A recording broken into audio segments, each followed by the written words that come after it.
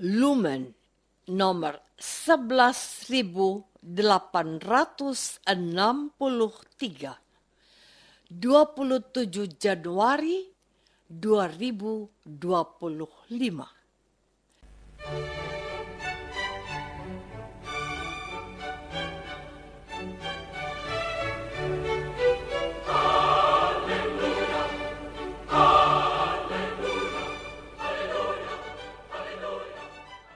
Saudara pendengar di segenap penjuru tanah air, selamat bergabung dengan Lumen Indonesia.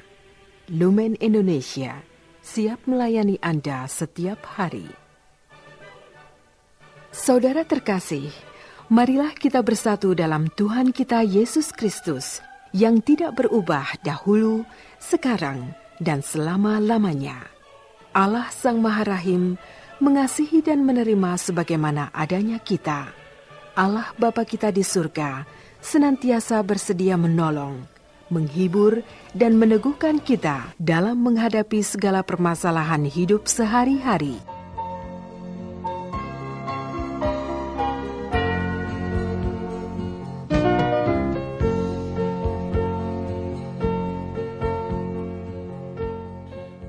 Saudara-saudari, marilah kita mendengarkan renungan dengan judul Menyebarkan Kebohongan.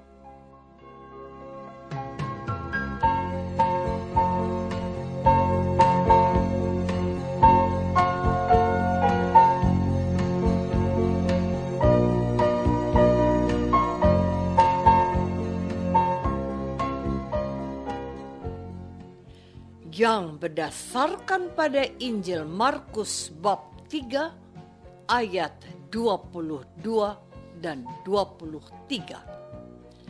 Dan ahli-ahli Taurat yang datang dari Yerusalem berkata, ia kerasukan Beelzebul, dan dengan penghulu setan ia mengusir setan. Yesus memanggil mereka, lalu berkata kepada mereka dalam perumpamaan, bagaimana iblis dapat mengusir iblis?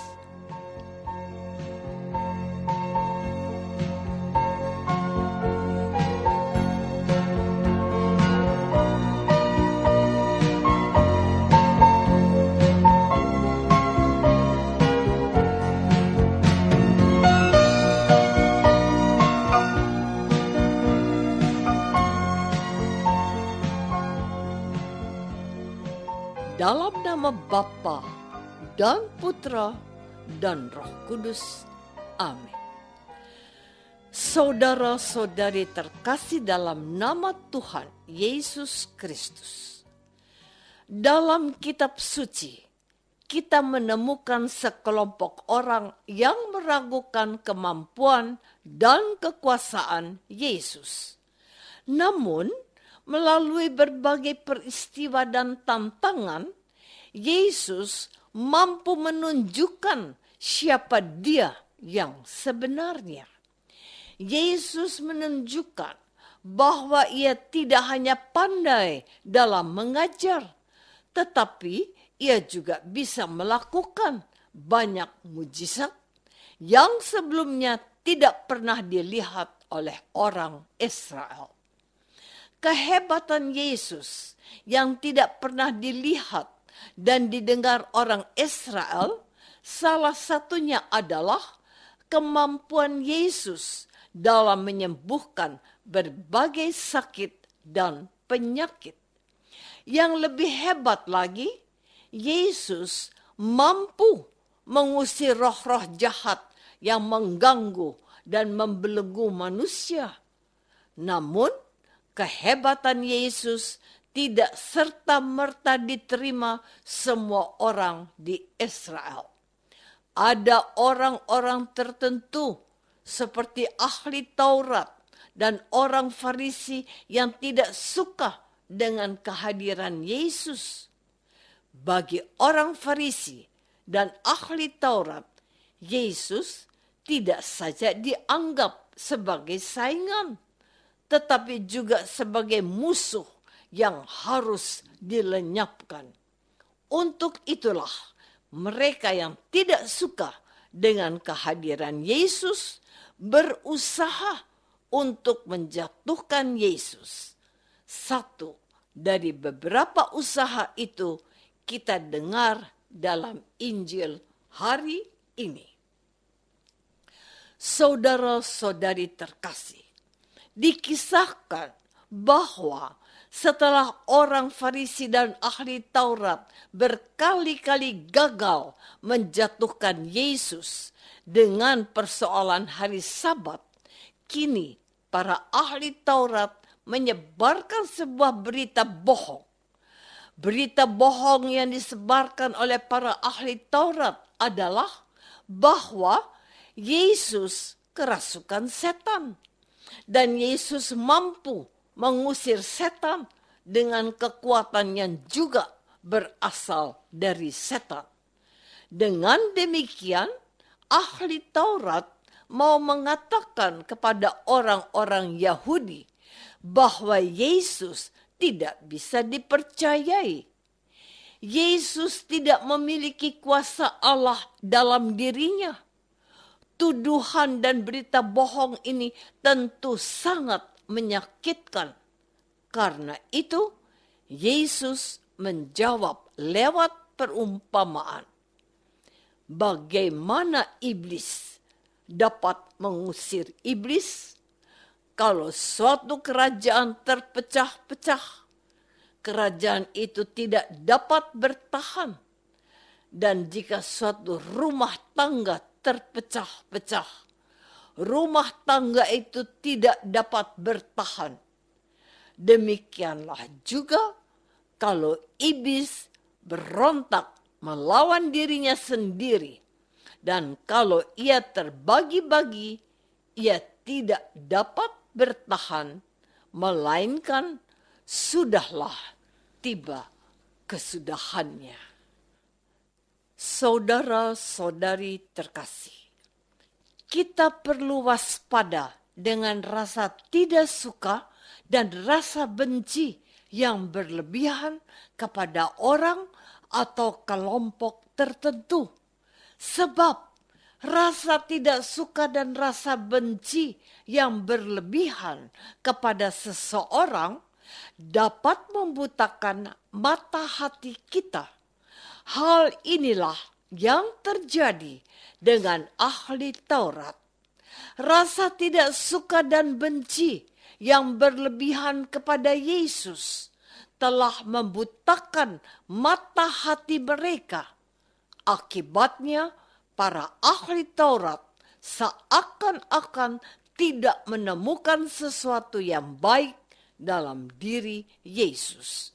Yang mereka lihat adalah semua hal-hal jahat yang Yesus lakukan.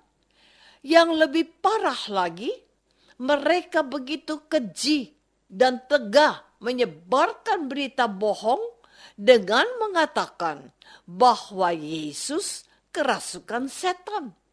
Dan tentu saja perkataan mereka bahwa Yesus kerasukan setan adalah suatu pernyataan yang tanpa dasar dan bukti yang kuat. Oleh karena itu, dapat kita katakan bahwa berita tentang Yesus kerasukan merupakan sebuah kebohongan yang dilandasi rasa benci dan tidak suka dengan pribadi Yesus. Lewat berita bohong yang mereka sebarkan, Yesus diharapkan mundur dan tidak lagi mewartakan kerajaan Allah. Di sisi lain, mereka berharap supaya Yesus ditinggalkan oleh para pengikutnya. Saudara-saudari terkasih, sebagai umat Katolik dan Kristen, kita bisa menjadi korban atau pelaku sebuah tindakan kebohongan dari orang yang tidak bertanggung jawab. Ketika kita menjadi korban dari sebuah fitnah atau kebohongan, kita dapat merasakan betapa sakitnya hati kita pada waktu kita menjadi korban kebohongan yang dilakukan oleh seseorang atau sebuah kelompok orang seperti yang dilakukan oleh kelompok ahli Taurat. Maka hal yang sama sebenarnya dapat kita rasakan penderitaan orang lain yang kita fitnah dan bohongi. Namun Yesus sendiri sesungguhnya menunjukkan reaksi yang tidak berlebihan. Yesus dengan sabar dan tenang menjelaskan bagaimana dia mengusir setan, bukan dengan kekuatan roh jahat, melainkan dengan kuasa Allah. Hal ini yang dapat kita pelajari dari Yesus.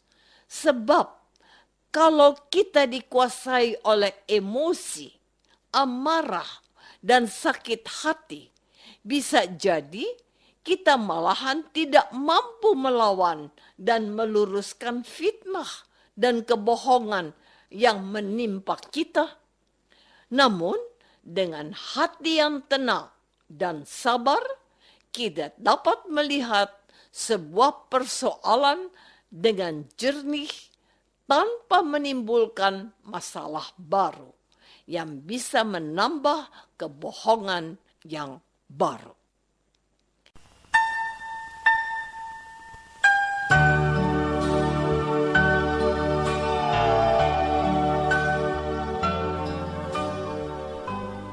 Saudara terkasih, marilah kita masuk dalam saat hening sejenak untuk meresapkan renungan yang baru saja kita dengar bersama dalam kehidupan iman kita masing-masing.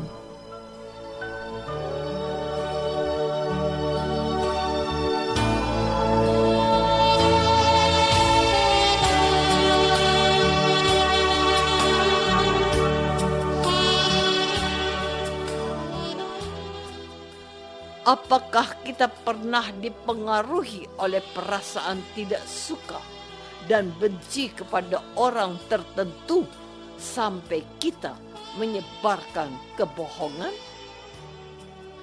Marilah kita berdoa. Tuhan Yesus Kristus, Engkau datang dari Allah guna menyembuhkan segala sakit dan penyakit serta mengusir kekuatan jahat. Bantulah kami umat-Mu agar kami mampu melawan kekuatan jahat dalam diri kami dan sesama, dan tidak menyebarkan sesuatu yang berisi fitnah atau kebohongan. Doa ini kami persembahkan dalam nama Yesus, Tuhan dan pengantara kami. Amin. Semoga kita semua selalu dinaungi dan dibimbing oleh berkat Allah yang Maha Kuasa. Dalam nama Bapa dan Putra dan Roh Kudus. Amin.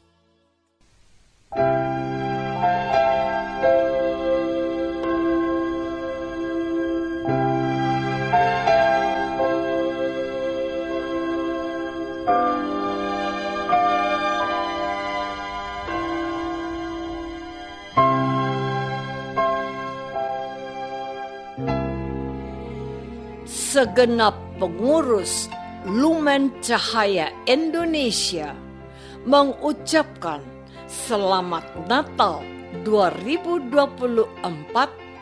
dan Selamat Tahun Baru 2025. Tuhan memberkati kita semua.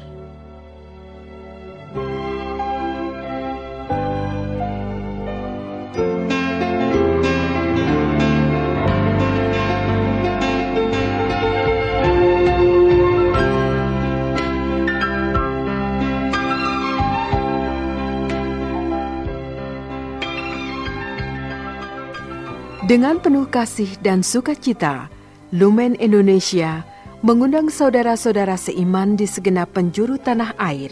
Sekiranya ada tanggapan ataupun saran, kirimkan surat Anda ke Lumen Indonesia. Terima kasih atas perhatian Anda.